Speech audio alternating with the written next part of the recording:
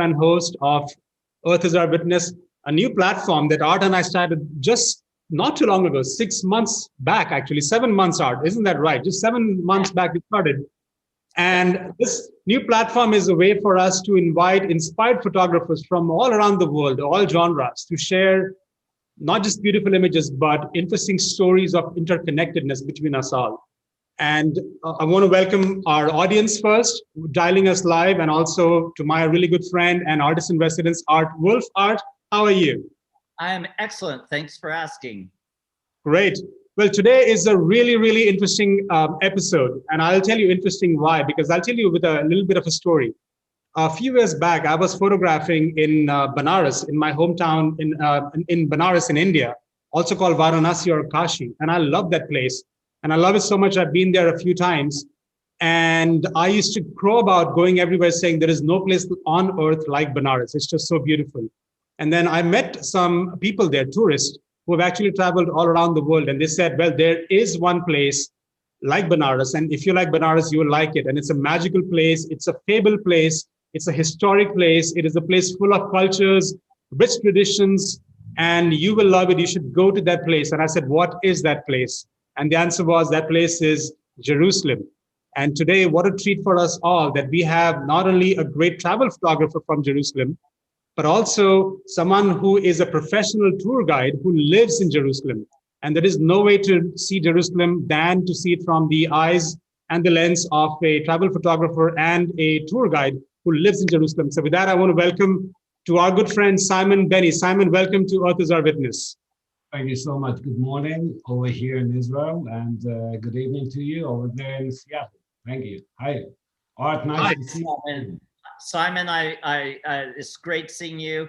It's been about a year and a half, I think, since I saw you last in Israel. So it's great seeing your face. It was a year ago. Simon, I would love to see images, and obviously our audience would love to hear the stories from your eyes and experiences. And I got a ton of questions for you. So let's get going. Okay, so should I share the screen right now? Yes, please. Okay, here we go. Okay, so the title of my presentation is Tales from Jerusalem, and I'm going to skip to the first slide. Okay, so this is Jerusalem, a beautiful photo which I took on a December morning, standing on the Tower of David. And so I forgot to say, of course, Shalom, which means hello, and Salam Alaikum. The picture which you see over here, of course, is the area which I operate. I operate mostly in the old town of Jerusalem, which is the walled city. It's a very small area which I operate within the old city and its neighboring and the neighboring neighborhoods which are around it. In this picture, you can see actually the highlights of Jerusalem. It seems that every building has some history. Every stone has some history over here. But in Jerusalem, in this very small area which you can see hundreds of World Heritage relics, ruins, and a lot of chapters from history, which we are all familiar from the Bible and other chapters from history. Wonderful. And in the center is the Dome of the Rock, is that gold dome in the very middle of the image. Yeah, that's real gold. The gold was contributed by the King of Jordan, King Hussein, in 1965. This is the original structure which you see, which was built in the 7th century by the Umayyad Caliphate. Islam arrived to Jerusalem in the 7th century, and this is, of course, the most famous landmark of Jerusalem. The Dome of the Rock, a lot of people are not aware. What is this rock? This rock is the rock of foundations. This is the creation. This is the center of the world. In Latin, you would say umbilico del mundo. And the holy city is a holy city which is holy for 3 religions.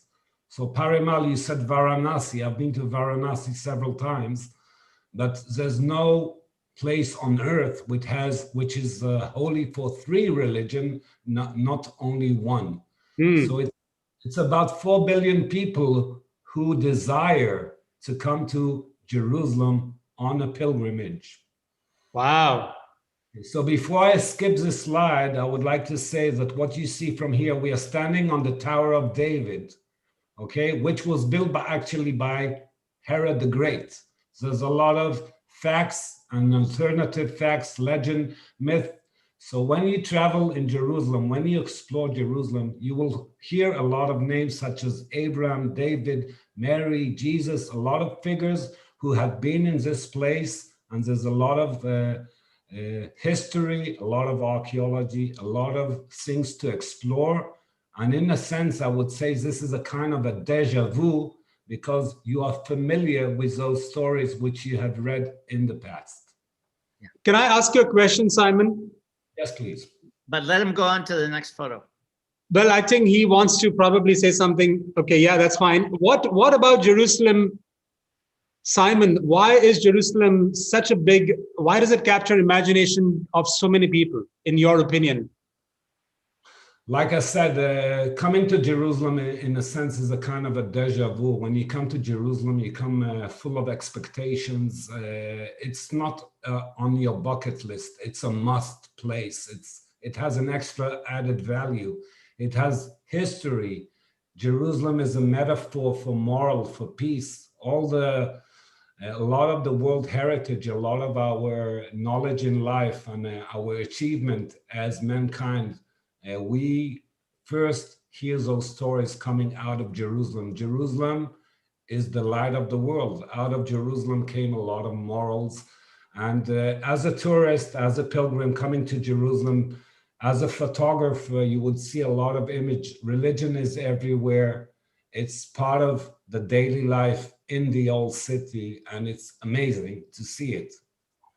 Thank you. Okay, so over here we can see a photo which was taken in front of the Western Wall. The Western Wall, commonly known as the Wailing Wall, and also called in Hebrew, Kotel. The Western Wall used to be a perimeter wall to the existing temple, which was built by King Herod the Great. It was a very, very big structure. And the temple was active. The first temple was built actually by King Solomon, son of David, the second by King Herod the Great. The Romans have punished the Jews for revolting against them. And what happens that the Western Wall became the only remaining wall or the closest place to what used to be the Holy of Holies. When I took this picture, when I clicked the camera, I actually remembered a very important a painting of a Jewish Polish artist. His name is Gottlieb. So after the show, guys, you can Google and look for a picture of Maurizio Gottlieb. What I like about the painting when I was a child and about this image as a grown-up, it reminded me the holiness, a holy moment. You can look at all the elderly men are very serious about the prayer, and you can see the young boy next to his father. The men are Simon, yes, please. Simon, can I just interject before you move on that I've said this of a couple other photographers and their work. What really works for me in this image is the fact that people are lost in prayer and nobody is looking at you. So you're like a silent witness of what's transpiring. And I love that point of view. You're not in people's face. You're allowing them to do what they're doing. And it's such a candid moment that it's like we're watching it and we're not engaging them. We're watching what they're doing. And I think that's a powerful way of portraying what's going on here. Thank you. You're welcome. Well, I love the expression of the boy. I mean, he's also so into his faith, like his father. Okay, so another thing is you can see that I'm very, very close to the table. And in order to capture such a photo, of course, you need to play a kind of game, come very discreetly. You don't need to hide your camera, but you need to be present and not be intimidating. And a lot of my photography is from this distance. I like to keep a distance like 2-3 meters from my subject rather than using a telelens. And the closer you get, I think you get the more intimacy in a photo. Yeah.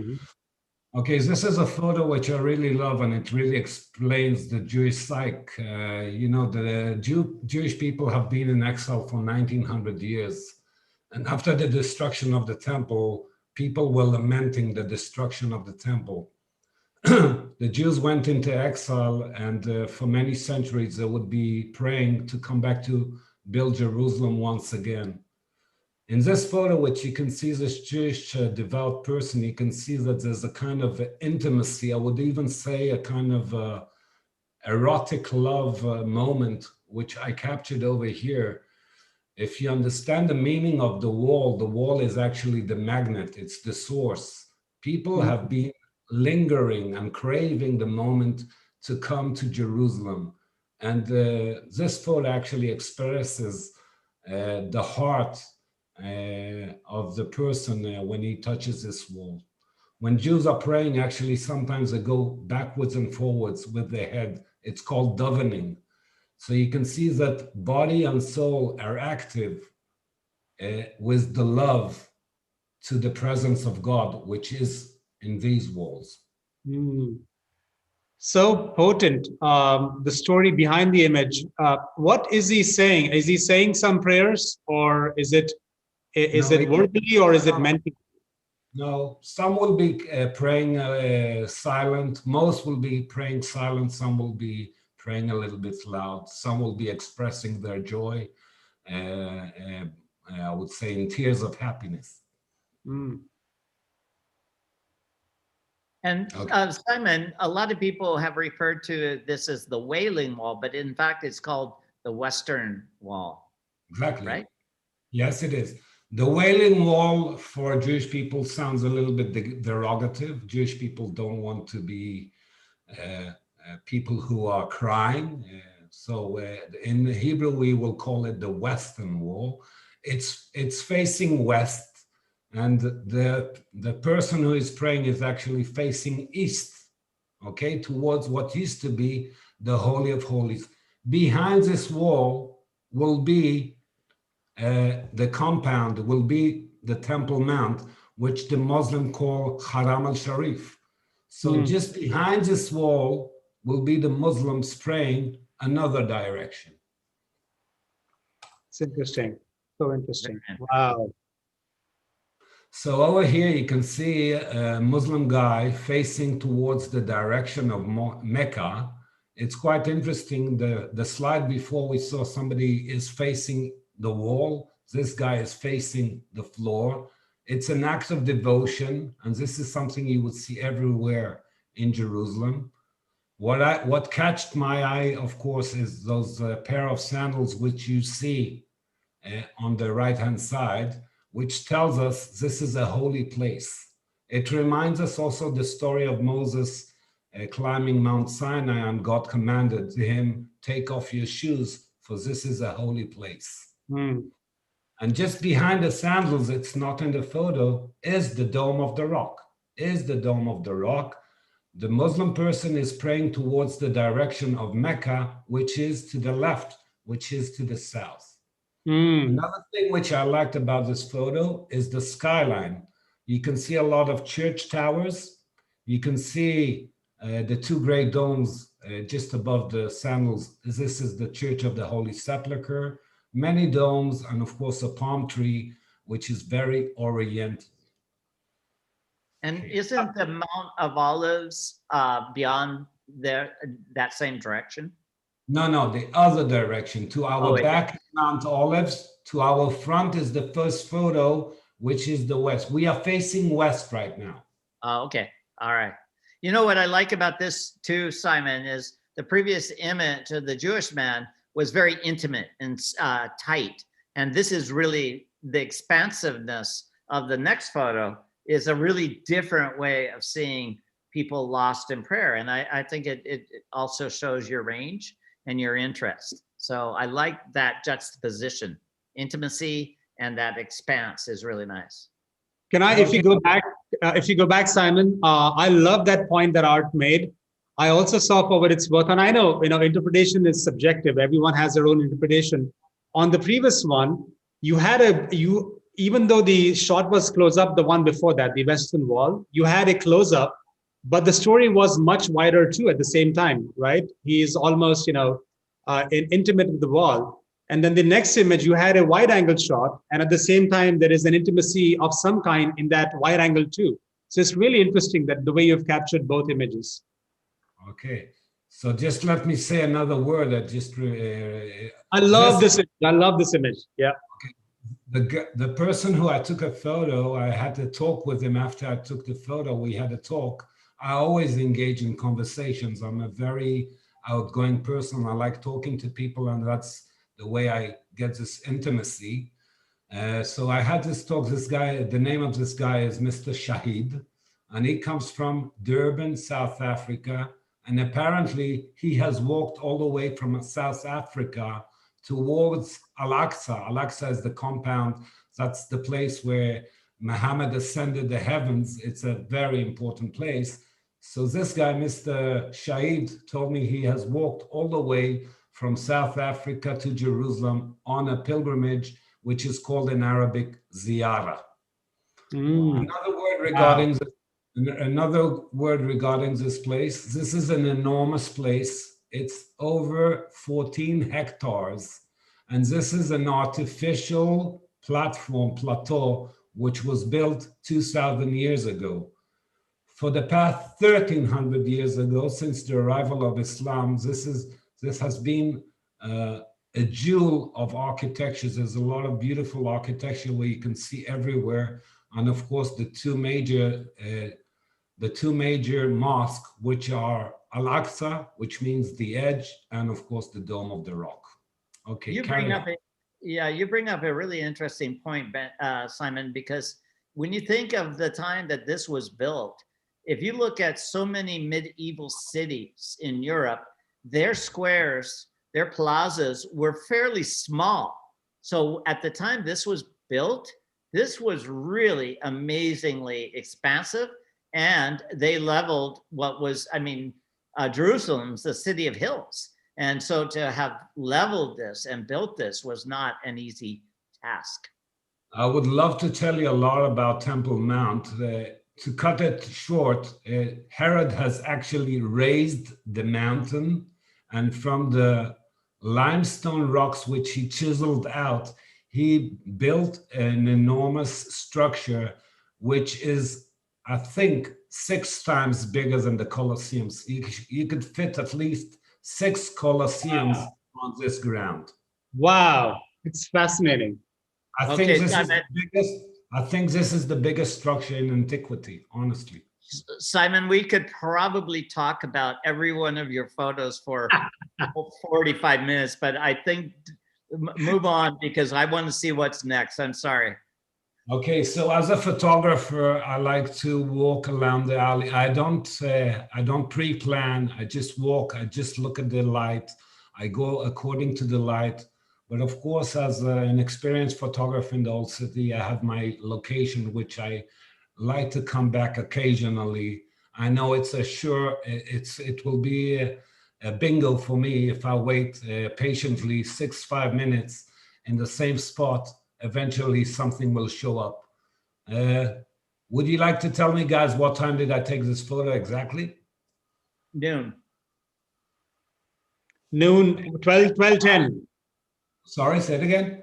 12:10. 12:10. Wow. Oh, very good, Parimal. Very good. It's a few minutes after midday, and you can see the angle of the sun. The zenith direction of the sun comes from the top and creates this beautiful cross over here. Love the cross. The cross, of course, has a lot of symbolism. And I waited patiently, and this guy passed by with those 2 blue plastic bags, which is very harmonious to the blue sky, which is on top. Another thing, we are in the Muslim quarter, and this is a Muslim guy walking in the cross, which gives it even a double meaning. Yeah, and that cross is unintentional because those are modern things above that are casting shade. But you saw that cross. And by the way, Parimal, I believe I was more correct by 10 minutes than your 12:10. Just saying. Art, you're always right. Okay. How are we with time? What's the time? Okay. Okay. Okay, we are still in the Muslim quarter on the same street. This is the main street connecting the Jewish quarter and the Muslim quarter. On this busy street, we have a lot of entrances going into the Al-Aqsa compound. And this photo was taken on a Friday afternoon. This is the time when the Muslims, they come from the neighboring neighborhoods and they come and visit on the holy days. They come to the mosque in order to pray. There is a saying over here that there are 70 faces to Jerusalem. And of course, on this program, I wanted to show you, besides some history, to show you the many faces who come over to Jerusalem. Jerusalem is a place of pilgrim. Jerusalem is just like Mecca. And Jerusalem has been a place for pilgrim already 3,000 years ago. And it's quite fascinating to see all the different faces which come from all over the world. Muslim, Christians, and Jews, they all come to Jerusalem.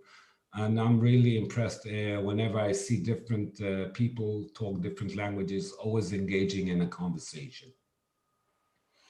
Okay.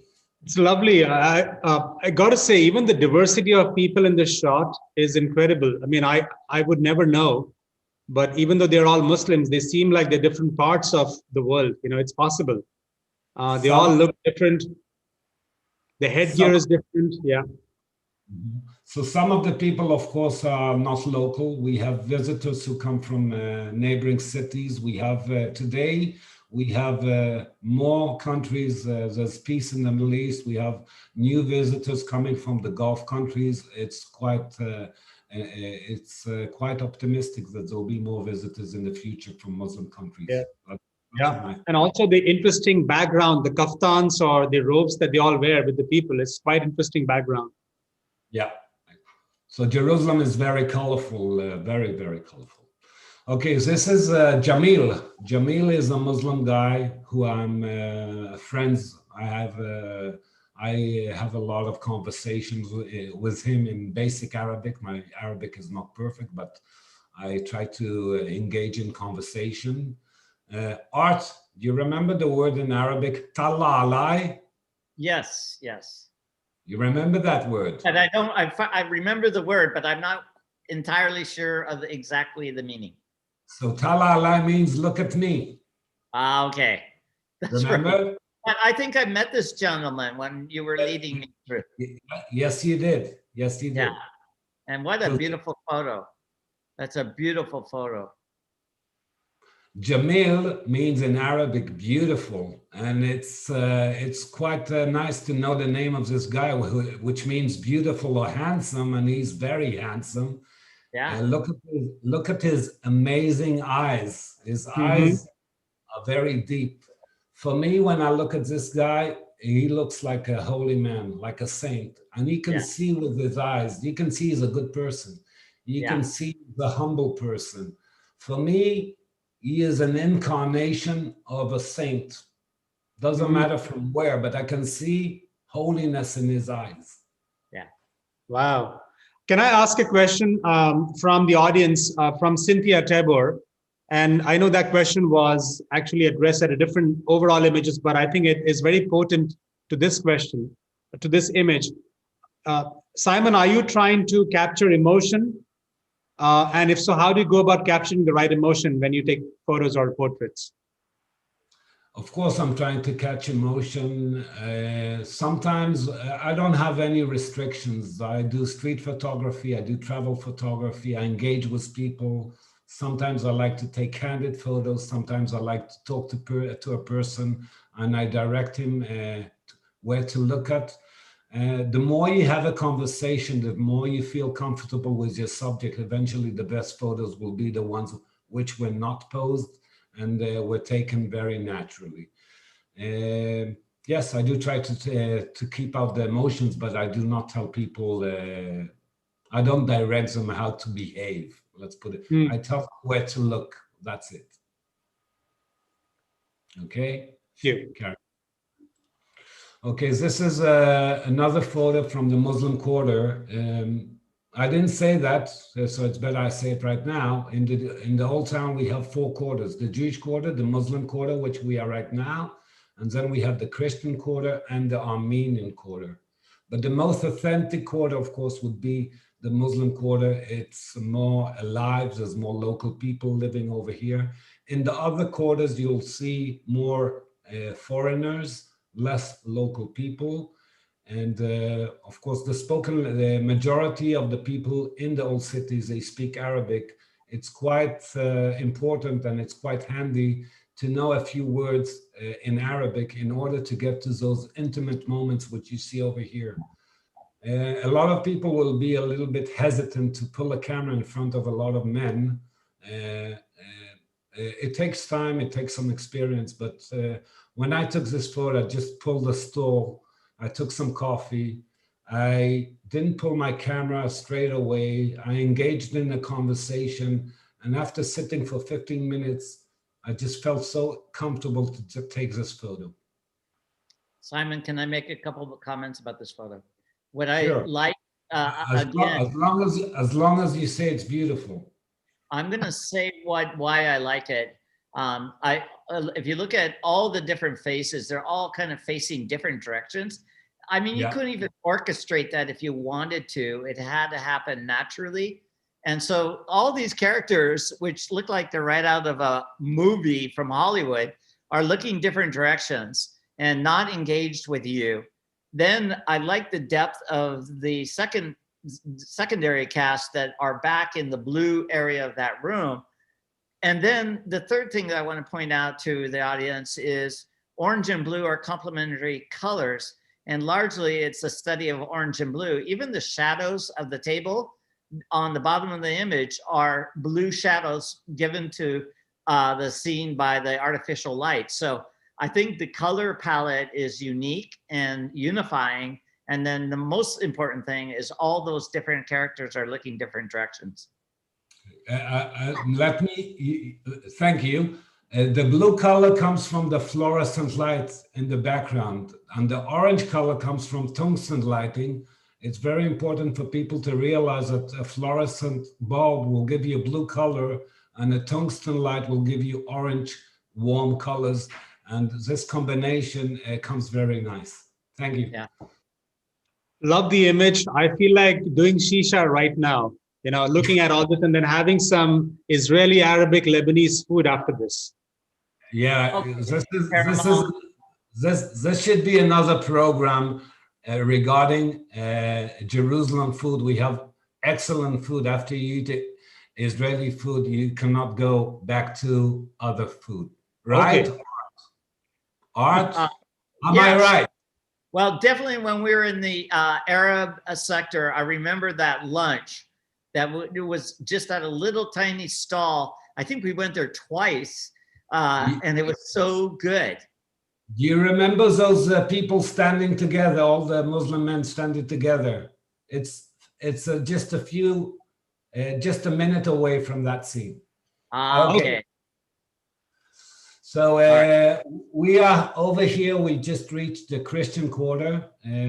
We have just reached the Christian quarter. And what we can see in this photo, we can see a group of Franciscan friars. The Franciscan friars are Catholic Latin, and they have been in Jerusalem for 800 years. They arrived with the Crusaders. And the people in front, the people wearing the red Turkish tarbush, which is a traditional hat, they're called kavas. Kavas means an archer in Turkish. And during the 19th century, Europeans started to come over to the Holy Land, to Jerusalem. A lot of explorers, a lot of religious people, a lot of people with different motives. They came over here to explore Jerusalem and the Bible. So these people over here, which you see, are on the way to the Church of the Holy Sepulchre. And this photo was taken on Easter week. Easter is the best time if you want to take such photos of religion. Easter is a very good time to come over. In the past, it used to be very crowded. Let's hope that next year will bring new tourists coming over here to Jerusalem. So why did the Europeans came over here? The Europeans started to come here in the 19th century for two reasons. The opening of the Suez Canal in Egypt, and of course, the use of petrol worldwide. Palestine became a very strategic point, and that's the reason why world nations, world powers started to put their influence over here. Jerusalem, 200 years ago, Jerusalem had a population of about 5,000 people only. And 50 years later, Jerusalem grew to the size of over 50,000 people within 50 years. So a lot of European nations started to build churches, hospitals, and started exploring the Holy Land. Some of them, of course, would be spies. That's part of the big game, which happened in the Middle East in the 19th century. Wow, your knowledge is impressive. Well, you know, and I'm going to interject right now because of what you just said, is Simon was a guide for me, and I'm working on a book called Act of Faith. Simon was an excellent, excellent photo guide. So anybody thinking about going to Israel, and if you have a photographic bent to your tour, we're going to post Simon's contact information, right, Parimal? Absolutely. And in fact, he and I have talked, like, I want to go to Jerusalem and I'm not going to look for anyone else but Simon. I mean, it would be crime to not go with Simon, hang out with Simon as a friend, and obviously as a professional guide to Venice, Jerusalem, and Israel. Well, he knows everybody. He knows everybody in Jerusalem. So, you know, it makes it so much easier. Yeah. He understands when the processions are happening. He can, you know, he knows so many different people from different religions. I don't think, Simon, you're very religious yourself, and therefore he can navigate through all these different religions without, you know, any kind of attitude, and people just love him. So that's, move on. Come on, Simon. We're taking too much of your. I don't consider myself religious, but I do like coming to Jerusalem, look at the activity of religions. Yeah, me too. Yeah, As a local guide, of course, you need to get familiar with everybody. It takes time, and yes, Jerusalem, the old town, I feel it's like my hood. Yeah, yeah. Good. So this is a photo which was taken also on Easter. This is Orthodox Easter. That's the Eastern churches. They celebrate a week after the Catholics. This photo was taken not in the Christian quarter, it was taken in the Muslim quarter. And this photo was taken in the Via Dolorosa. The Via Dolorosa is the way of the suffering, the way of the cross. And a lot of pilgrims, they come to recreate the journey of Jesus before, while he was carrying the cross, walking the 14 stations all the way to Calvary Hill, which is in the Church of the Holy Sepulchre. And of course, the last station, which is the 14th station, is the tomb of of Jesus, where Jesus was buried and resurrected 2 days later. This photo is beautiful because of those nuns or pilgrims. They come from Serbia. Actually, I took their contact details and I sent the photo back to them. They were very nice to let me take. They were not grumpy about me getting close and taking this photo. Always a plus. Always a plus. This is another photo from Easter. Like I said, Easter is the best time to come if you are a photographer and you want to get religious photographs. This photo was taken in the Church of the Holy Sepulchre. We can see the gates of the church, and you can see crowds of people are storming out of the church holding those torches. This photo was taken on Easter Saturday, which is also called the Saturday of Light. You guys must come here. This is like the most important event in Jerusalem in terms of photography. So photography is also a religion, and a lot of photographers will make a big effort to manage to go into the church.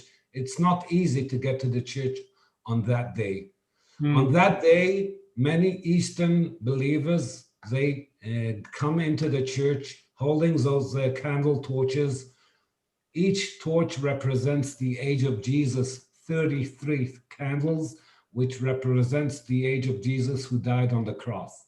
So for many hours, these people will be crowded in the church, and eventually the light will descend, and out of the tomb of Jesus, the light will come out, and they will spread this light, and this light will be taken away all over the world. Some even take private jets, and they fly to Eastern countries in order to say that they have the light from Jerusalem. So this light is actually exported worldwide. Wow. Interesting. Yeah. This is we have reached the last quarter, which is the Armenian quarter. The Armenian quarter is the smallest in Jerusalem. Also in terms of size and in terms of population, today there's about 1,000 Armenians in Jerusalem.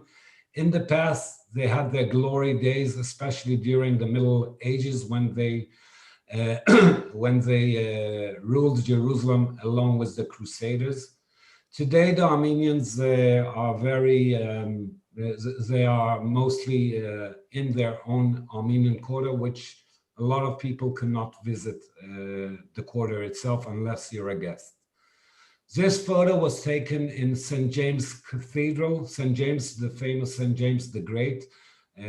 Some of you know him from Santiago de Compostela in Spain. A lot of people walk this pilgrimage route to Spain. So the body of St. James is in Spain, but according to the Armenians, the head is located in this church, in this cathedral. The movie, the picture which you can see right now is a picture of a ceremony which is called Maundy Thursday, or washing the feet.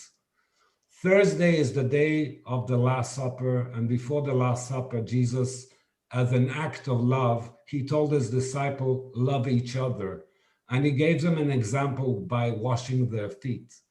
So all the Eastern churches on that day, you will see the procession of bishops coming in front of the patriarch, and he will be washing their feet as an act of humbleness. Wow. Simon, a question from Rishi Carlton. Speaking of, this is the Armenian quarter, and you mentioned there are 4 quarters. Have you seen one group of people be more of a majority in Jerusalem, or is it more of an equal mix of races and religions? We have a new city and we have an old city. So Jerusalem has a population of 1 million people. So 60% out of the million are Jewish people. In this program, I wanted to show you the different faces of the old city. The old city is very cosmopolitan. It's a microcosmos. So you can say there's a majority of Muslims living in the old town, but when you walk in the old town, you will see all faces, and you will see lots of Christians, lots of Jews, and lots of Muslims. So in the old city, I would say it's kind of equal, more or less. If you go to the new city, you will see more Jewish people and a lot of less people who are let's put it this way, sorry. 2% out of the total population are Christian in Israel, only 2%. Got it. Thank you. Okay. This is a nice photo of 2 Armenian monks, which I really like to take them in an abstract manner.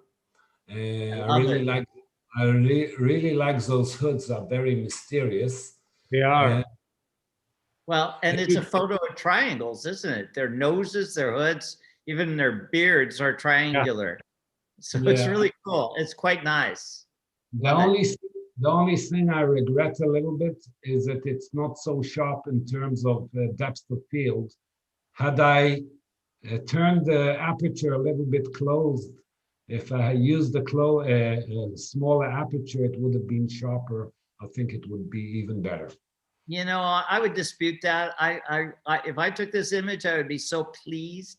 I think the secondary man being slightly out of focus is not an issue. It never even occurred to me. So I think it's a beautiful image.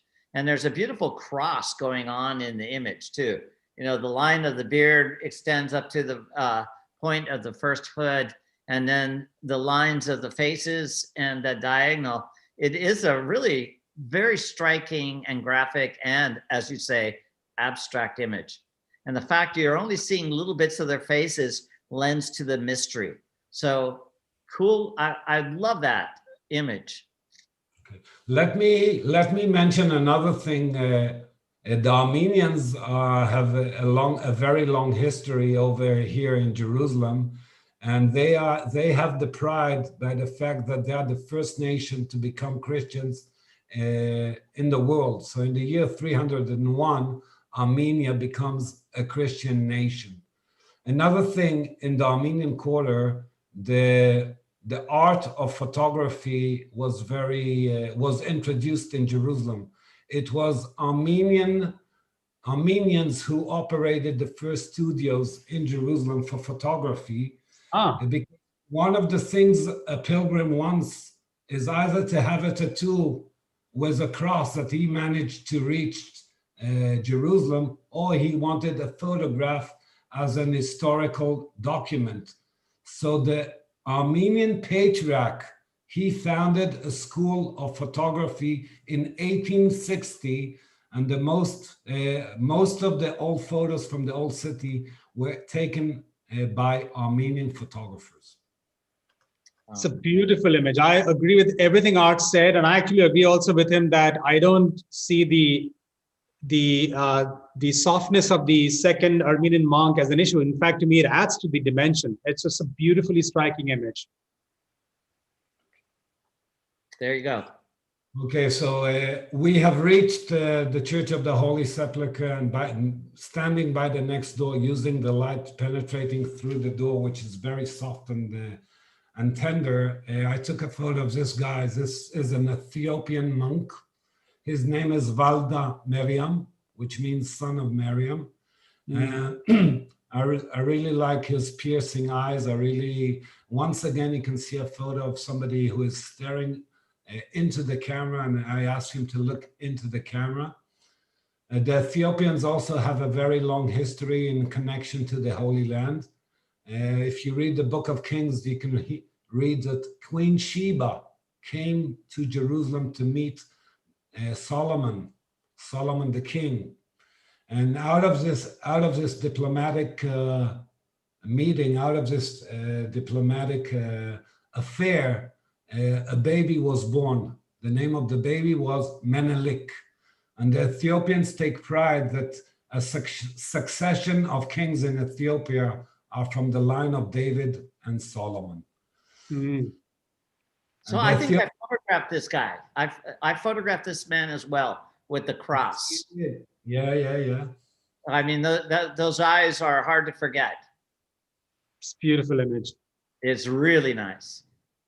Just beautiful. You're very, very good at working with people and light. It's just wonderful to watch these images. And I've never seen them before. So it's great to see each one unfold. Oh, wow. Look at that. I love this image. This is my favorite image. Okay, I keep silent, you talk. This is so beautiful. Art, what do you think? It's okay. No, I'm joking. That's art. For people, that's art. Well, it's a great follow-up to the very dark image to have that white. And that's because Simon knows how to tell a story, and weave photos from one to another. And so, yeah, that coming out of the dark image in the previous image only makes this even more powerful. Beautiful. It is the expression in our eyes. It's also so interesting. It's curious. It's playful. It's just such a contrast. I mean, you have had so many portraits here right now, including the Arabic person who is doing his namaz facing Medina. That's also in a way a portrait. But they're all so different, and including this one is such an interesting portrait. So I'd love to know more about the behind the scenes. What's going on here? Okay, so this is Katya, and Katya, she is a nun. She belongs to the Provo-Slavic denomination. Provo-Slav in Russian means the right way, or you can say Orthodox. So she belongs to the Russian church. This photo was taken in a church which is very close by to the Church of the Holy Sepulchre. Once again, next to the door, I like to take portraits next to a source of light, which will be from the side, okay, 90 degrees from the side. I deliberately overexposed. This is not it's not an edit afterwards. This photo was taken as is, which means I overexposed the shutter in order that only the face will show up and the wall will overlap her hood. So what you can see here is only a face. It's very pure. It's very clean. It reminds me the Madonna. It reminds me Mary. Yeah.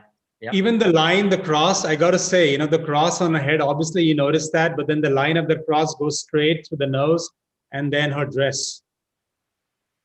Thank you. Are you getting artistic on me, Parimal? I love this. So these people are from what, Poland, right? Kind of, you're right. They look Polish, but this is a kaftan. Actually, this is an Oriental garment. This is a photo which I took from the other side of the wall. Actually, this is outside the city walls. This is from a neighborhood which is called Mea Shearim. In Israel, in Jerusalem, we have a wide spectrum of Jewish people, starting from non-religious all the way to very, very religious. I would say these people, they belong to the more extreme or more strict stream in Judaism, and they are very devout in their way of life. In the Bible, there are 613 do's and don't do's. So they take every command in the Bible very seriously. So this is a photo which was taken on Purim. Purim is like a carnival. And in Purim, we say you need to celebrate ad lo yada, which means you need to celebrate until you're wasted, okay? So all year round, just like in other parts, you have a very tough life. Once a day, a year, you're allowed to do whatever you feel. You are allowed to break all the rules. So over here, you can see a group of young kids, religious kids that are smoking a cigarette.